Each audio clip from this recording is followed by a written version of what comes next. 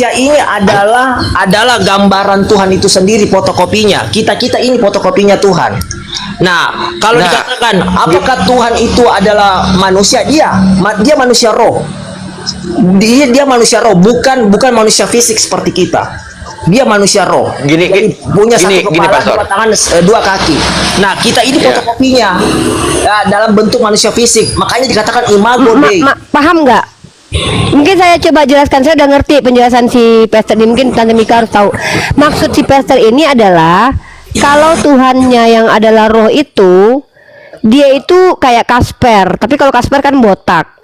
Kasper tapi versi bapak-bapak, kayak gitulah kurang lebih. Paham ya? Dia wujudnya seperti manusia, ada lubang hidung.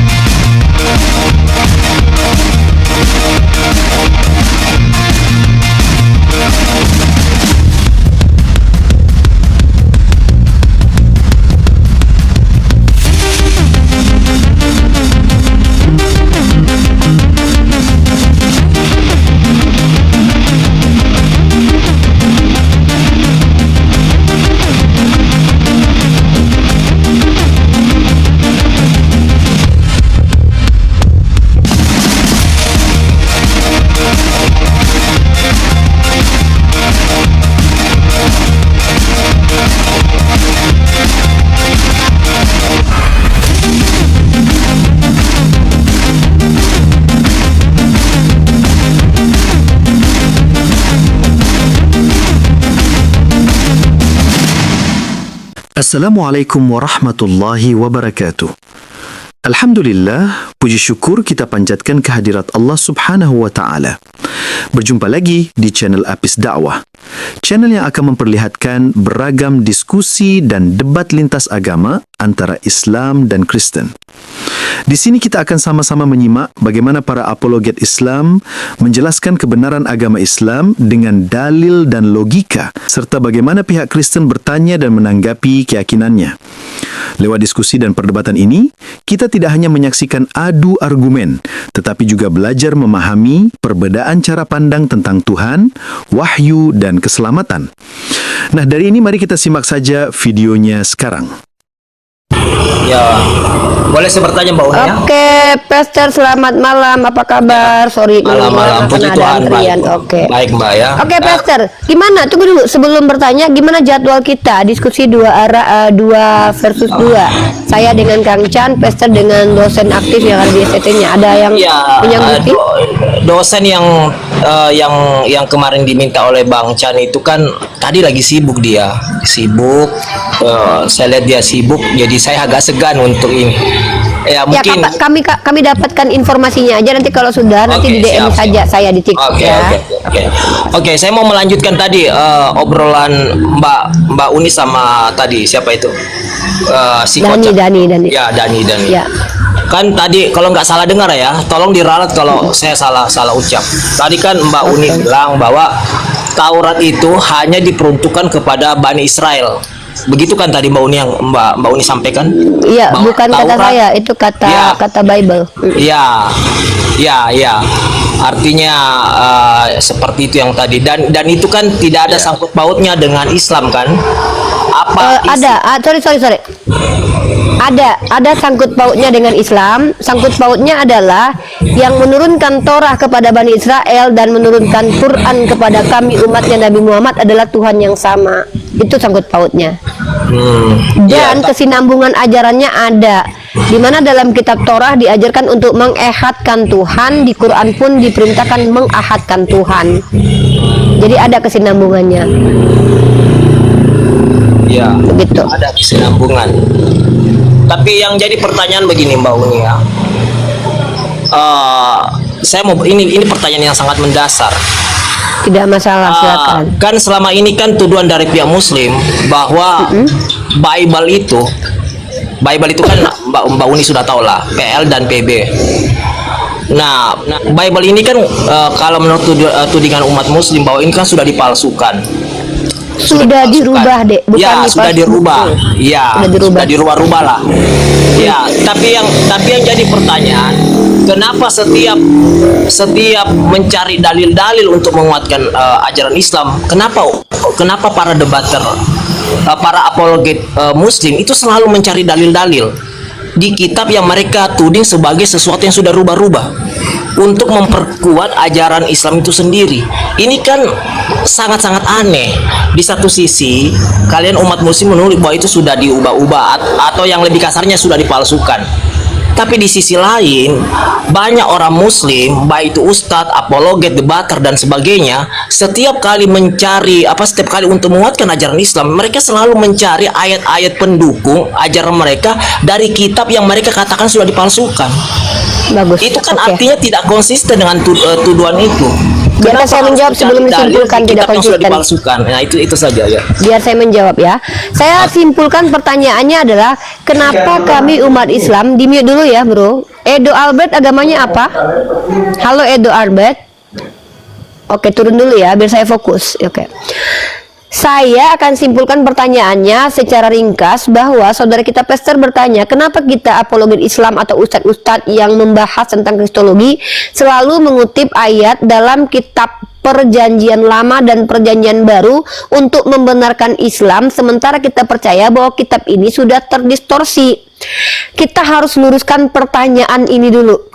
Pertanyaannya adalah kenapa kita comot ayat untuk membenarkan Islam? Saya tidak sepakat dengan pertanyaan yang menjadi tuduhan ini. Kenapa saya katakan itu tuduhan? Karena kami mencomot ayat Bible bukan untuk menunjukkan kebenaran Islam.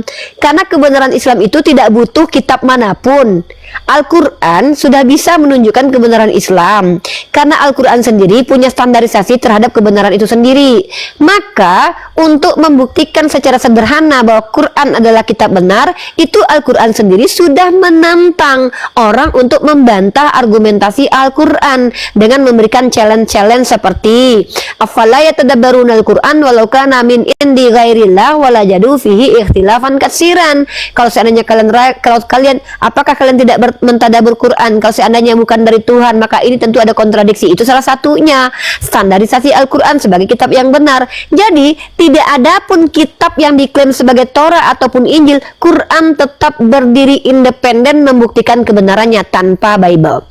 Lalu pertanyaannya, loh kok kalian sering kutip-kutip ayat kami? Maaf, kami mengutip Bible bukan untuk membenarkan Islam. Kami mengutip Bible untuk menunjukkan ketidakkonsistenan teman-teman. Kenapa?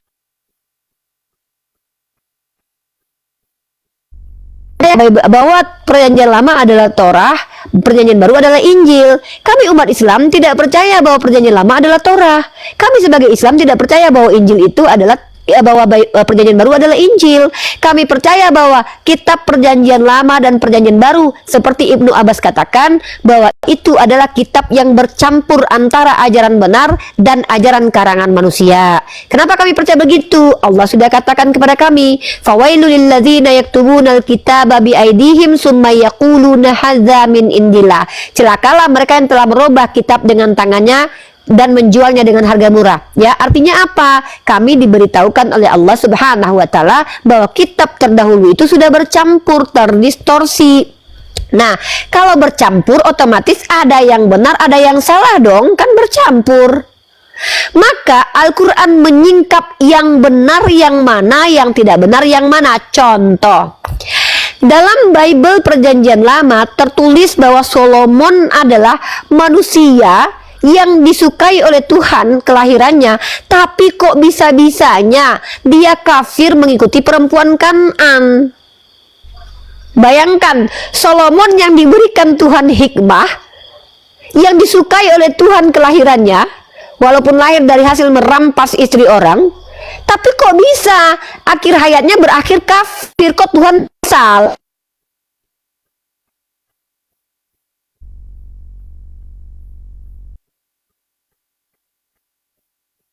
Ngelek ini. Baqarah ayat 102. Kalau tidak salah silakan dicek. Ya. Bismillahirrahmanirrahim. Ya.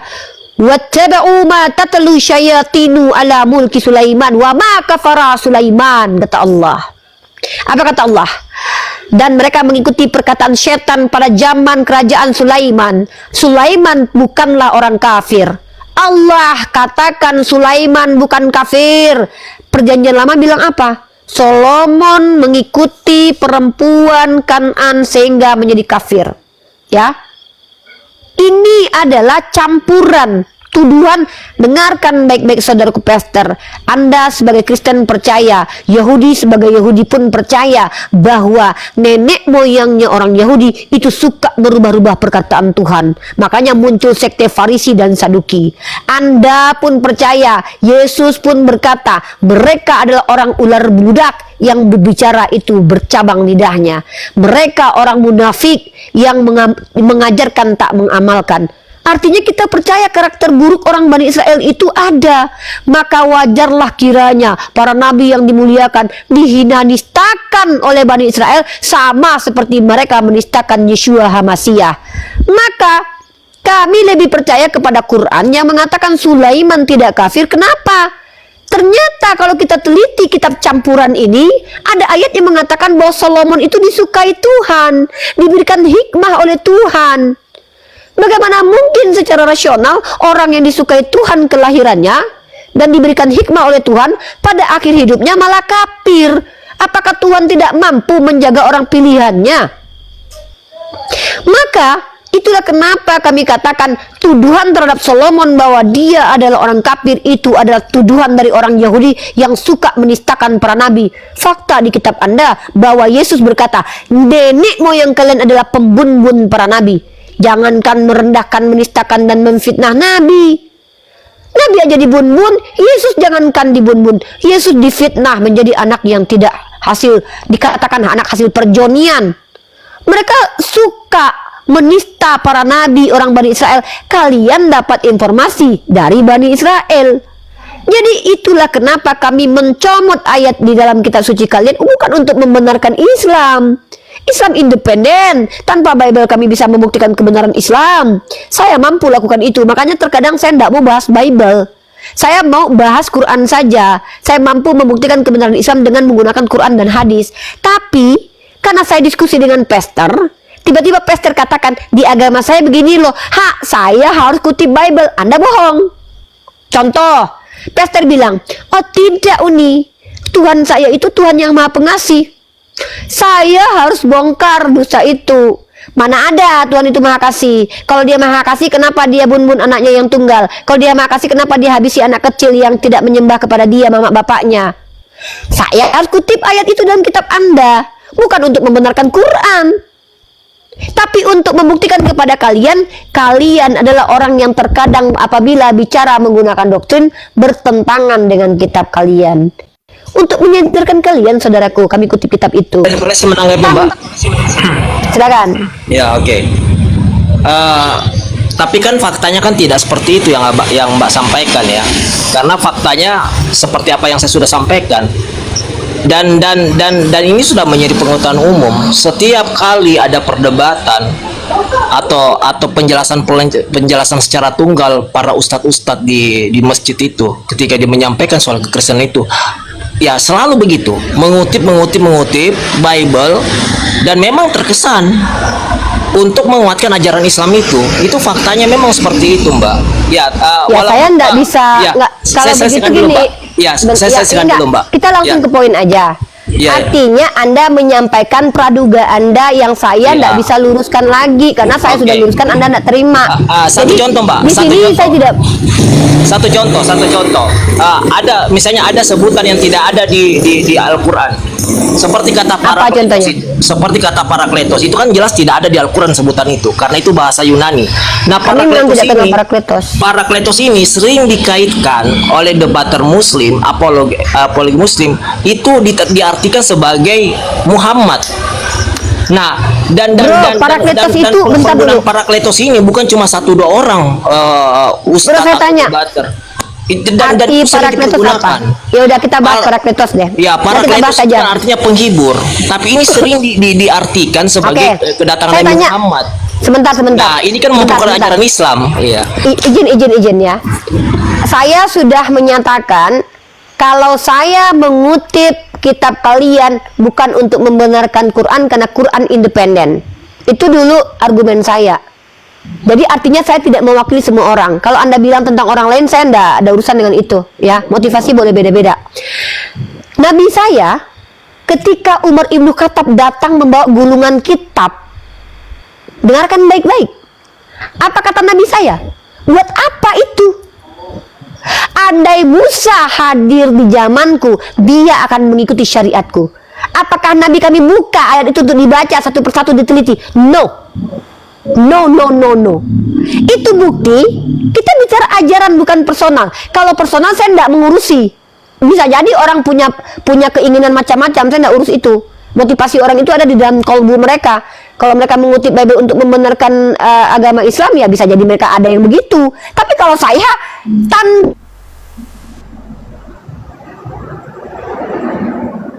agama yang benar secara independen, wallahi, ya itu saya. Anda kan bicara dengan saya. Nah, tapi kalau Anda tetap berpendapat seperti itu, apa yang bisa saya lakukan? Saya akan fokus pada pembuktian saja.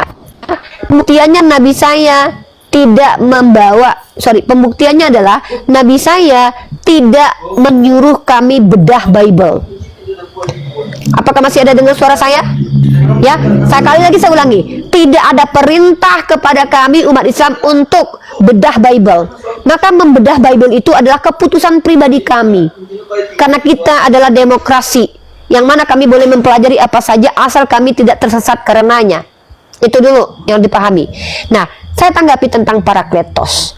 Kami memang tidak mengenal bahasa Yunani dalam agama kami, karena agama kami itu semua literaturnya menggunakan bahasa Arab. Ada bahasa musta'ribah. Apa yang dimaksud bahasa musta'ribah? Bahasa yang diarabkan. Bahasa asing yang diarabkan itu memang ada. Contoh, kata-kata seperti Nabi Isa sendiri itu bukan dialek nama-nama orang Arab. Ya, tapi dalam dialek bahasa yang serumpun, karena ini bahasa Semit. Ya. Nah, tapi saya mau tanya sama Anda. Kita bicara Parakletos atau yang disebut dengan penghibur. Apa definisi penghibur menurut yang Anda yakini sesuai dengan teks kitab Anda? Silakan. Karena kalau penghibur dikatakan Roh Kudus, tidak bisa. Kenapa? Yesus berkata, Roh penghibur itu tidak akan datang kalau dia tidak dia tidak pergi ke langit. Sementara Roh Kudus sudah berkali-kali Yesus ada di bumi. Maka roh penghibur itu saya tanya kepada Anda, apa yang dimaksud dengan roh penghibur? Silakan. Ya, yang dimaksud dengan roh penghibur adalah rohnya Tuhan yang memberikan kekuatan, memberikan pengharapan. Ya. Tanya kepada Anda, ya. Kalau Anda mengatakan roh yang memberi kekuatan, di mana roh itu dan siapa dia sekarang? Kalau dikatakan Roh Kudus, apakah Roh Kudus adalah roh penghibur? Ya, karena itulah fungsi dari Roh Kudus. Dia memberikan kekuatan. Kalau begitu, apa maksud Yesus ketika berkata, Roh penghibur tidak akan datang kalau aku tidak pergi dari dunia ini? Apakah roh penghibur tidak pernah datang di dunia waktu Yesus ada di bumi? Itu kan bahasa manusia yang disampaikan oleh Yesus. Kalau dia mau menyampaikan kita pakai bahasa Indonesia, kita di sini pakai bahasa manusia deh. Kita bicara pakai bahasa manusia, karena Yesus manusia, orang yang di hadapannya manusia, ia jelas pakai bahasa manusia. Kenapa dikatakan pakai bahasa manusia? Apa yang Yesus pakai bahasa monyet? Iya, saya betul. tanya kepada adekku jujur, rasional. Anda mengedepankan rasionalitas. Ketika roh penghibur itu, Yesus berkata, dia tidak akan datang kalau Yesus tidak pergi ke langit.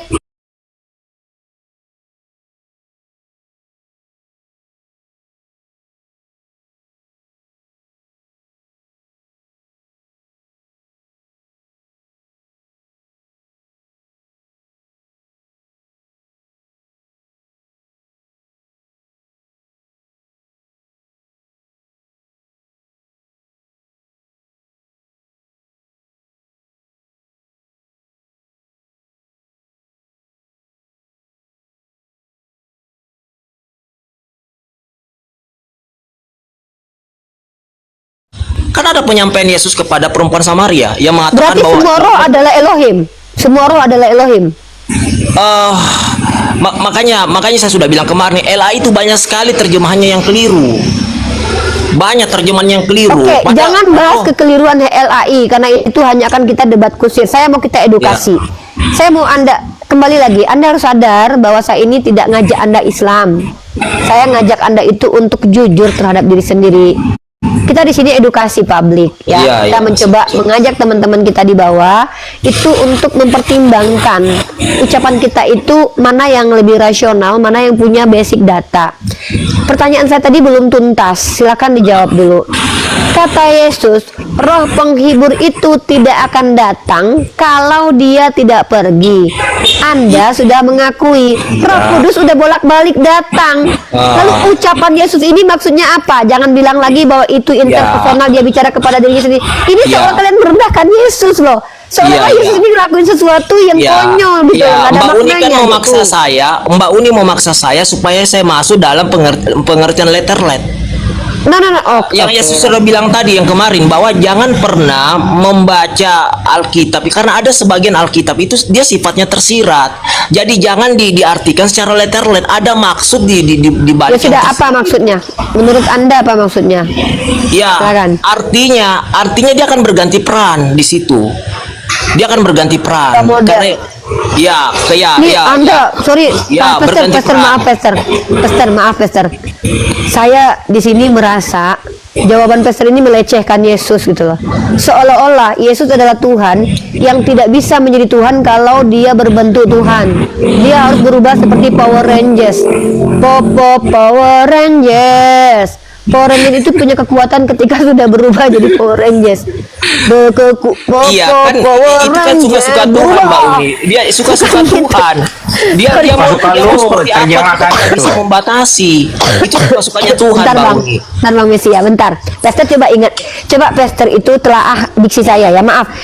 Anda sendiri tertawa dengan apa yang saya ucapkan. Ketika Anda bilang Yesus itu langsung berubah peran, ini sama ketika kekuatan manusia, saya mau berubah dulu jadi Gogo Power Rangers, baru saya bisa memiliki kekuatan. Ini penistaan terhadap Tuhan, saudaraku. Tidakkah Anda sendiri tertawa mendengarkan ini, bro? Iya, karena saya menanggapi santai, Mbak. Saya menanggapi santai. Nggak apa-apa, nggak apa-apa. Gitu.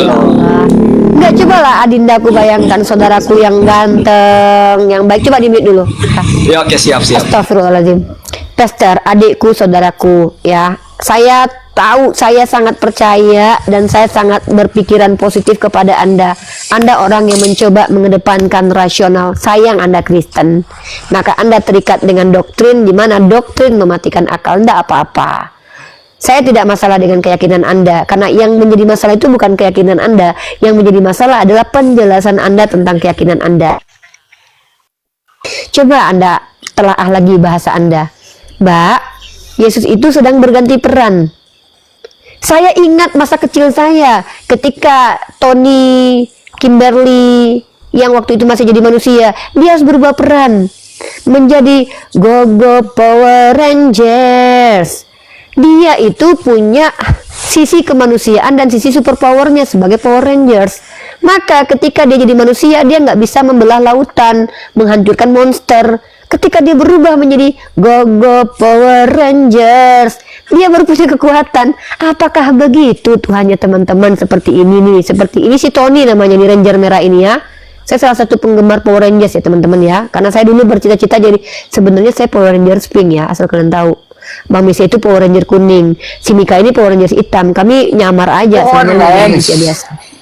Orange, nggak ada orange, nggak pernah nonton ini, masa kecil nggak bahagia nih. Ini sebenarnya kami bertiga ini Power Rangers gitu. Pastor ini dia perwakilan Yesus di bumi ini. Dari tadi dia terjemahkan terus perkataan Yesus. Ya, dia ini beda kak ya. Jadi saya perkenalkan. Jadi kakak jangan salah paham dulu. Pastor ini salah satu saudara kita Kristen yang mencoba menjawab Bible secara rasional.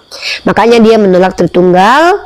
Dia menganggap bahwa yang mati itu bukanlah Yesus dan bukan Tuhan, tapi adalah kostum, cosplay. Makanya saya bilang kostum Power Rangers tadi yang mati gitu loh. Oh, kulitnya doang. Oranye gitu. Gitu ya. Jadi Bang Mister tahu saudara kita pastor ini beda ya. Coba mungkin saudara Pastor jelaskan dulu ke Kristenanya biar Abang Mesia, biar Tante Mika, biar Bang Putra dan teman-teman di sini tahu sudut pandang Anda tentang perubahan Yesus yang adalah kostum. Silakan, coba Pastor jelaskan. Ya. Yesus sebagai kostum. Ya, Yesus sebagai kostum. Bukankah di ajaran Kristen kan diajarkan yang namanya duinatur? Ya, saya rasa tidak perlu saya jelaskan di sini. Kalau orang yang sudah paham Kristologi sudah mengerti apa yang dimaksud dengan duinatur. Jadi ada dua substansi yang berbeda di situ. Itu dari mana tuh tulisan duinatur, Yesus punya duinatur itu? Loh, ini sudah menjadi pengetahuan Kristologi. Iya, maksudnya di karang bebas Bang gitu ya? Mesia, bentar, Bang Mesia, bukan, Bang Mesia jangan pakai diksi kejam, jangan bilang di karang bebas.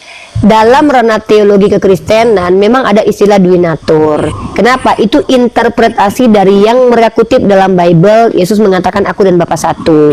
Jadi Yesus dianggap sebagai entitas yang punya sisi keilahian dan sisi kemanusiaan. Kita hargai saja lah. Itu secara Oke. teologis mereka percaya itu. Kita nggak usah desak dia ada dalilnya. Tritunggal aja nggak ada dalilnya dalam Bible, jangan ya. Kita menghargai mereka. Mereka ini orang-orang baik. Dani tadi, Pastor, setidaknya mereka tidak menghujat Islam walaupun mereka tidak beriman kepada Islam. Bagi mereka Islam sesat ya enggak apa-apa, tapi mereka tidak terang-terangan menghujat di sini. Itu aja kita apresiasi. Jadi Bang Mesia agak sedikit ini ya, karena saudara kita Pastor ini nanti nggak mau lagi ketemu saya. Kalau Bang Mesia kejam-kejam di sini. Saya pengen Pastor dan teman-teman Kristen itu nyaman di room saya. Kami tidak merendahkan kalian, kami tidak menistakan kalian. Justru kami mengangkat derajat kalian agar kalian tidak menistakan Tuhan. Seperti Tuhan yang dikatakan berubah peran menjadi yang kayak Korintus tadi. Gitu. Ya, oke, boleh saya melanjutkan? Lanjut. Ya, karena berdasarkan interpretasi umum secara Kristologi, makanya ada dua entitas atau substansi yang berbeda di situ, yaitu Yesus jasadnya itu 100% manusia dan roh yang ada di dalam tubuh kemanusiaan itu adalah 100% Tuhan. Itu sudah menjadi interpretasi umum dan menjadi pengetahuan umum di dalam dunia Kristologi. Nah, karena jasad ini adalah 100% manusia, jadi yang tersalib di kayu salib itu jelas bukan keilahian Yesus. Ya, jelas itu adalah jasad manusia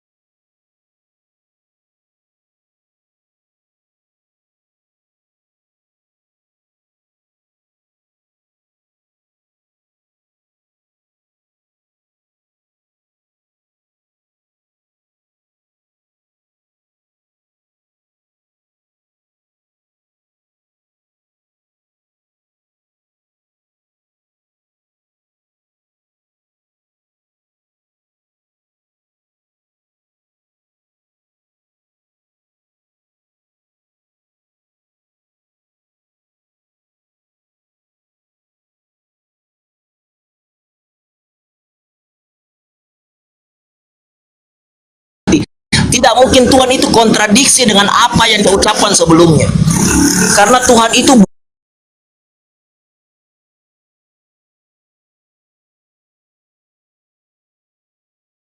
karena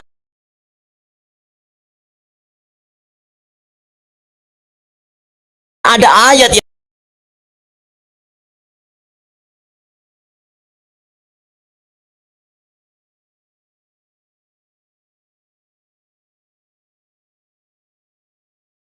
yang ada di dalam kostum Bang, itu begini adalah Tuhan. Pastor, maksud saya, dia itu mati kayak kostumnya yang mati atau dia itu bukan Tuhan? Iya, memang kostum itu Sudah bukan dijawab Tuhan. tadi Bang Mesia. Kostum itu Sudah bukan dijawab Tuhan. sama Pastor bahwa kostum Iya. itu bukan Tuhan. Itu Bukan kayak Tuhan. mungkin kita kasih analogi yang mudah deh. Kalian pernah lihat kepompong yang di dalamnya ada kupu-kupu atau ulat sutra? Nah, kepompong dan ulat sutra itu satu. ketika ulat sutra berubah menjadi kupu-kupu, yang Tuhan itu adalah kupu-kupu itu, dan kepompong itu bukan Tuhan. Ya, itu adalah kostum kepompong tadi. Jadi selama Manusia ini paham? yang selama ini yang telah lahir Tuhan telah lahir di kota Daud itu bukan Tuhan. Sebenarnya telah lahir kostum di kota Daud. Kostumnya yang lahir, bukan Tuhan yang lahir. Bagaimana Tuhan bisa lahir? Tuhan itu roh. Makanya. Tuhan Jadi itu roh. harusnya telah lahir kostum di kota Daud begitu. Iya, seharusnya begitu. Cuma kan penulis Alkitab kan dia memakai singkat dan padat. Dia memakai bahasa singkat dan padat. Tinggal bagaimana kita mengartikan, bahasa yang singkat dan padat itu. Kan ada makna yang tersembunyi. Itulah yang dikatakan dengan makna tersirat. Makna tersirat ini yang harus kita interpretasi. Pak Pastor sebentar. Jadi selama ini Matius, Lukas, Markus itu ngomong sama kostum. Ya, memang sama kostum. Memang sama kostum. Jadi mereka nggak dapat siraman rohani ya. Kostum ini punya kemampuan nggak? Ya, dia punya kemampuan karena dipergunakan oleh roh Tuhan. Makanya dia punya kemampuan bisa menyembuhkan dan sebagainya. Jadi dia yang menyembuhkan itu kostum atau roh Tuhan? Tuhan yang menyembuhkan melalui kostum itu. Saya kasih contoh. Ketika dokter membedah seseorang, dia kan mempergunakan pisau. Apakah pisau itu yang membedah dengan sendirinya? Kan tidak. Tetaplah seorang manusia yang membedah. Tapi yang membedah itu jelas dokter. Pisau itu cuma alat, ya sama seperti itulah kostum. Bang Mesia, biar kita ini Bang, maksudnya kalau kita berputar di situ itu udah berulang. Maksudnya kita sudah dijelaskan bahwa kostum itu bukan Tuhan dan dia hanya dipakai Tuhan. Ya, tolong Abang mengerti bahasa aksioma Bang ya. Makanya menjadi seorang debater itu harus mengerti bahasa aksioma, yang tidak perlu lagi dipertanyakan. Karena itu sudah menjadi pengetahuan, itu menjadi hal yang rasional secara umum. Ya, intinya daging Yesus dan Yesus itu sendiri adalah kalau teman-teman saya kasih analogi yang mudah, mungkin Pastor nanti bisa pakai penjelasan saya untuk menjelaskan ke orang lain ya. Jadi kalian tahu Tony Stark? Tony Stark itu adalah manusia, ya. Jadi tubuh Iron Man itu adalah tubuh yang dipakai oleh Tony Stark, ya. Tapi kebalikan dari Yesus. Kalau Yesus, roh Tuhan yang adalah Tony Stark yang punya kemampuan, tubuh Iron Man yang tidak punya kemampuan. Kalau Tony Stark dia beda, tubuh Iron Man-nya yang punya kemampuan, Tony Stark-nya tidak punya kemampuan. Dibalik gitu aja intinya, ya. Karena kostum itu dipakai oleh Tony Stark untuk melakukan perbuatan-perbuatannya. Ya, saya dulu pernah membuat warna doktrin Kristen menggunakan analogi The Avenger. Ya, kalau Kristen Oneness itu adalah Kristen Hulk. Kenapa? Dia bisa berubah menjadi model manusia dan model mutan yang ganas. Kalau seandainya dia bisa berubah menjadi yang lain lagi, dia tepat seperti Hulk. Itu Kristen Oneness, seperti Pastor ini termasuk Oneness.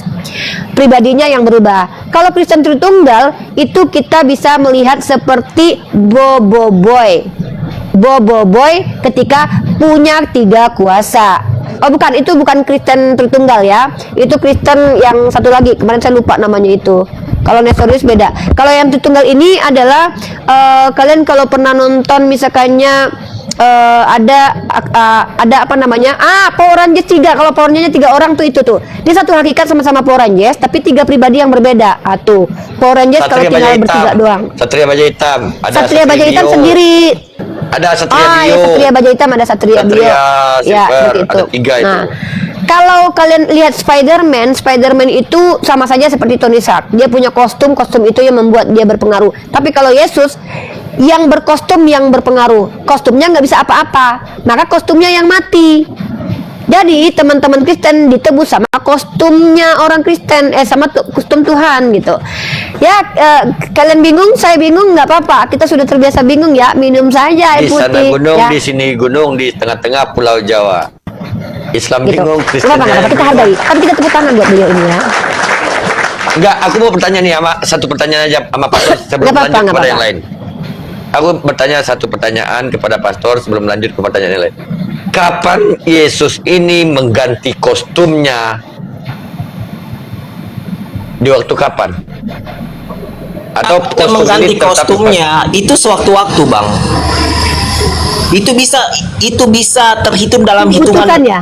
Ya, artinya Kapan dibutuhkan? sewaktu. Ya, setiap saat, setiap sama saat. seperti Power Ranger. Setiap Kalau saat. dibutuhkan langsung berubah. Iya. Berubah. Oke, bentar dulu nih, Unit, bentar dulu. Orang Iya. serius nih, Oh, iya. nih aku tanya. Nah, apakah ketika Yesus terangkat ke surga, dia mengatakan hari ini anak manusia akan duduk di atas kerajaan Bapa, apakah dia masih memakai kostum ini atau tidak?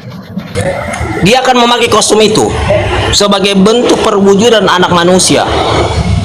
Dia akan tetap memakai kostum itu. Wow, keren ya. Ternyata sampai kapanpun Tuhannya orang Kristen hanyalah kostum, begitu? Ya, Jadi, karena tidak seorang pun yang bisa melihat wujud aslinya Tuhan.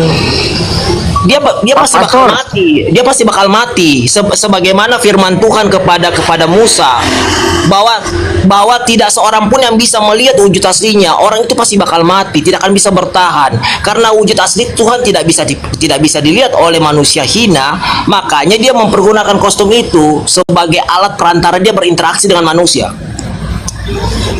Pastor, yang terbang ke langit itu kostumnya ya? Iya, kostumnya yang terbang. Ngapain Yesus mau terbang? Dia ada di mana-mana kok. Ngapain dia pakai terbang-terbang? Jadi yang terbang itu kostumnya, karena kostum itu bukan Tuhan, makanya dia bisa terbang ke langit. Oke, mantap Logikanya pengakuannya. Ini ilmu yang baru ya. Ini ilmu yang baru di dalam perapologetan atau diskusi lintas agama dari seorang pastor menyatakan yang mereka sembah adalah kostum dari Tuhan, karena Tuhan kalau tidak memakai kostum maka tidak bisa disembah. Sepakat? Begini, saya perlu luruskan. Kami orang Kristen tidak menyembah kostumnya, tapi roh Yesus yang kami sembah. Sebagaimana Tuhan Yesus mengatakan kepada perempuan Samaria, Elohim itu adalah roh. Makanya sembahlah Elohim itu dalam roh dan kebenaran. Jadi kami menyembah Yesus itu dalam roh, pada rohnya, Oke. bukan pada kostumnya. Ini yang harus saya luruskan. Apakah yang menyelamatkan kalian ketika penebusan dosa di kayu salib dari yang menyelamatkan ini adalah Tuhannya atau kostum Tuhannya? Tuhan yang menyelamatkan manusia melalui kostum itu. Kostum itu adalah alat keselamatan, adalah alat salvation, adalah alat aslama yang Tuhan lakukan kepada manusia. Jadi kostum itu adalah alat keselamatan yang Tuhan lakukan kepada manusia. Ya, silakan pusing ke sana teman-teman di bawah ya, silakan Uni. Dan juga kepada teman Tapi yang lain. penjelasan si pastor ini itu ada dalam kitab mereka, memang tidak bertentangan gitu loh. Iya, Kalau lebih dia masuk di menjelaskan akal di begitu sini tidak sih. bertentangan. Lebih masuk akal di sini daripada Tritunggal, Pertama, iya. Tuhan tidak mati. Oh, kalau Tritunggal dan Oneness yang tanpa kostum itu menjadi asbab Tuhan mati, berkontradiksi ayat bahwa Tuhan nggak pernah mati. Tuhan tidak bisa dilihat. Mungkin berkontradiksi kita dengan Tuhan tidak ketawa bisa dilihat gitu loh. Mungkin kita ketawa karena kalimatnya barusan gitu ya. Pak Pastor sudah berapa lama Pak Pastor? Iya, Apanya, Bang? Saya menganut kita kami. kita sapa dulu. Iya. Kita sapa yang lain dulu gimana dong? Ya, Oke, kasihan silakan, yang silakan, lainnya Bang. ada teman-teman Kristen Silakan, juga. Saya menyapa dulu Bapak Putra, silakan perkenalkan agamanya Pak. Ternyata saya cari Sebentar dalam lanjut. original teksnya Markus 16 Itu ada suara-suara Bang apa Tante Mika. Bang Putra.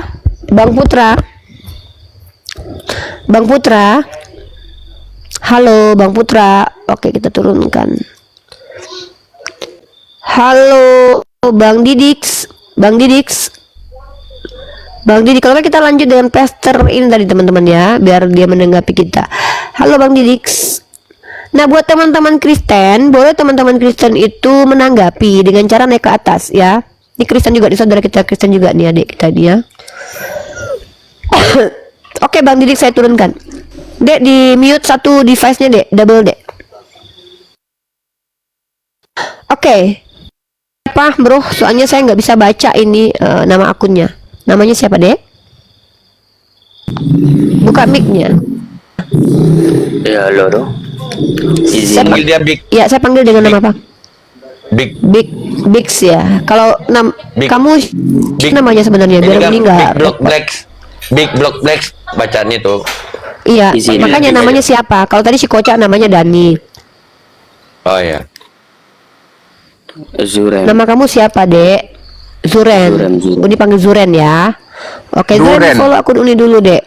Zuren. Ah, jangan gitu. Namanya bagus ke Zuren. Zuren namanya. Uni follow di 2 akun ya. Nanti kalau mau naik ikuti aja ini. Follow lagi deh akunnya. Oke, Zuren, agamanya Kristen, Dek. Iya. Izin. Oke, izin. Zuren di sini mau bertanya tentang Islam atau bertanya ke pastor?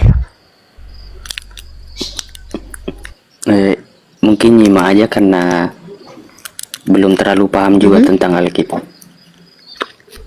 Oke, Zuren, kalau Zuren mau bertanya kepada Uni, interupsi, sampaikan pertanyaannya ya. Nah, tema yang kita bahas ini, Uni sedang menampilkan pandangan terbaru tentang doktrin kekristenan yang tidak pernah Uni dengarkan selama 7 tahun diskusi baru ini. Dimana menurut pastor yang beliau di sekolah teologi di Makassar ya, tadi lupa namanya, dia memahami bahwa yang mati di tiang salib itu bukanlah Tuhan, bukanlah entitas yang dipertuhankan, tapi lebih ke kostum. Ya, dan nanti kalaupun Zuren mau tanya boleh tanya, tapi kalau mau tanya ke Uni tentang Islam boleh ya, Dek ya. Ada pertanyaan tentang Islam, Dekku? Mungkin pertanyaan tentang yang pastor tadi katakan. Ke pastor, boleh silakan langsung aja. Pastor, Anda jadi narasumber, yang Kristen mau bertanya kepada pastor boleh bertanya ya, silakan.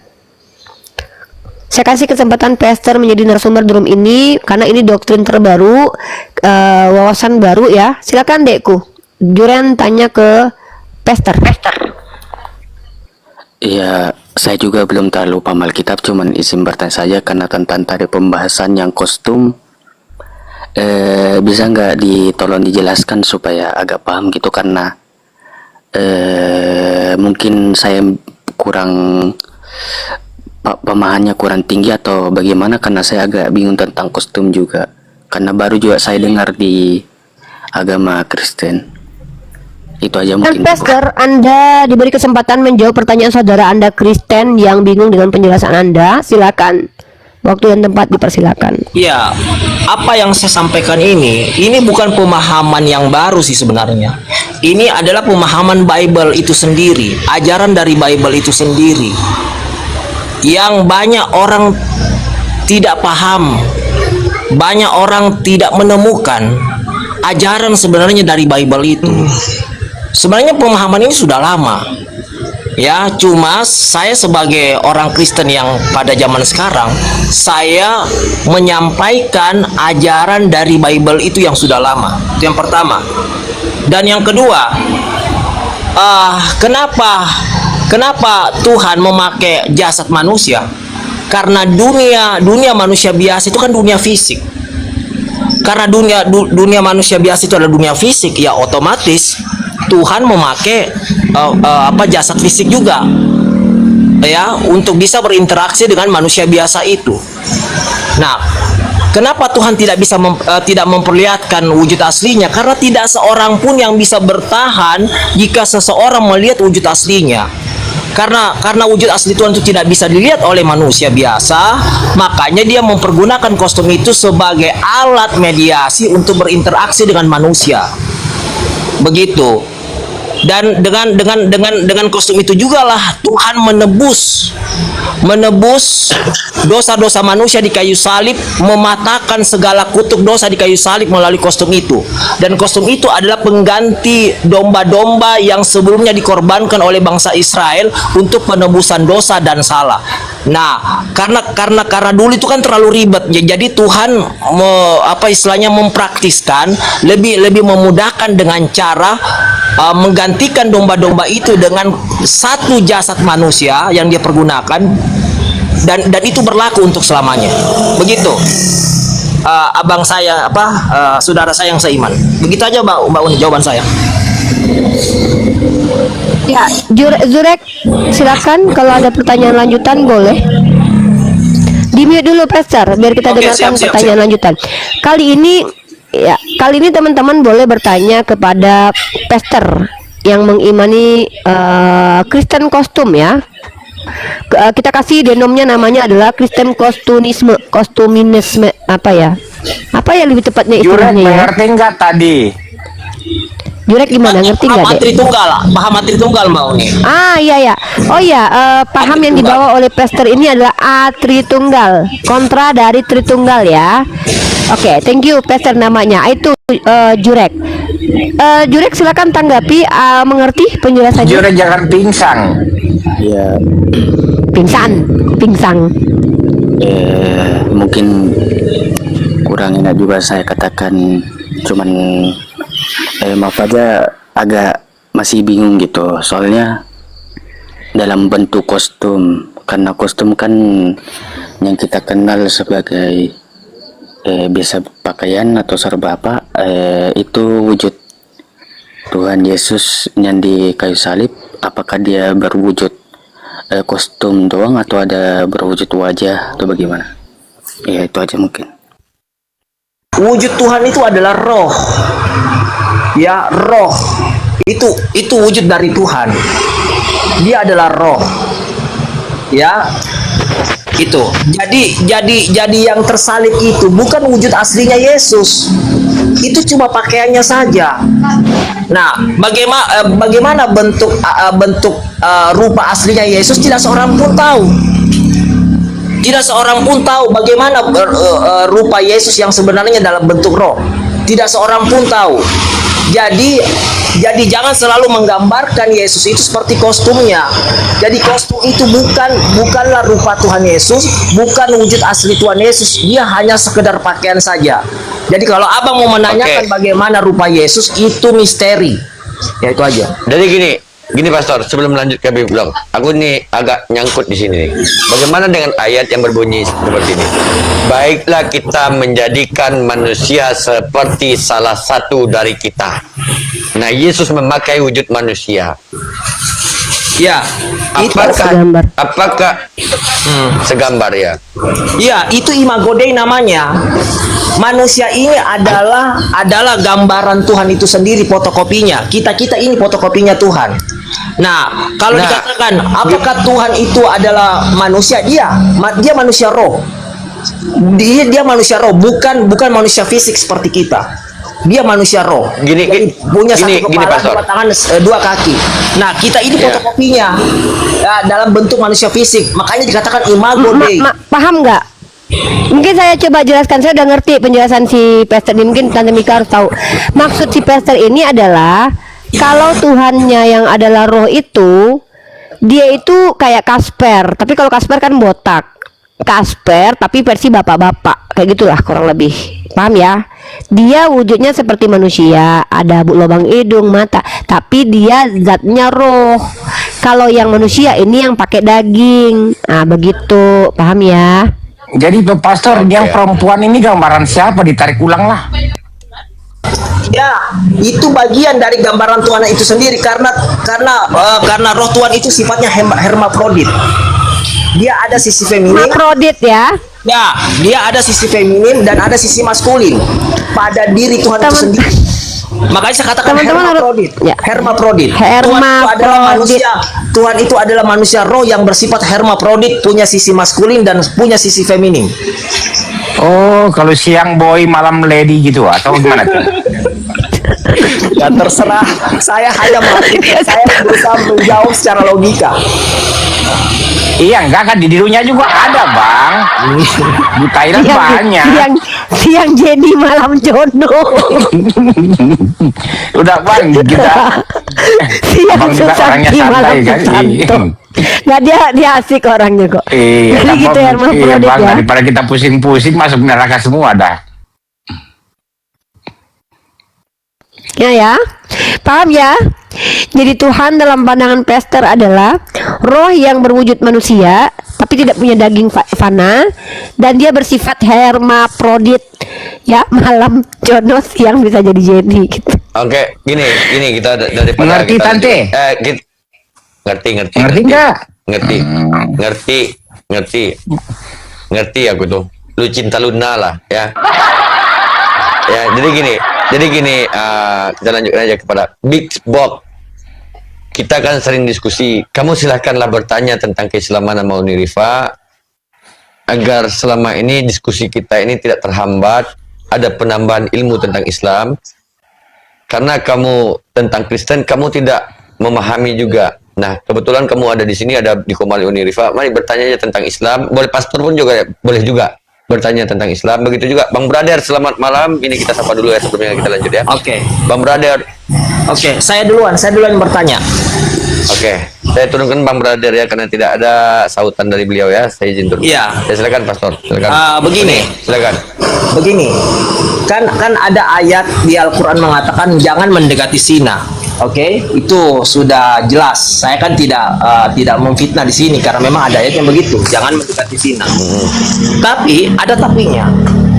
Di surah Al-Mu'minun ayat kalau nggak salah 5, 6 atau 6, 7. Di situ akan ada kalimat, sesungguhnya seorang pria boleh memperlihatkan kemaluannya, tidak boleh kepada wanita lain, tapi kecuali pada dua,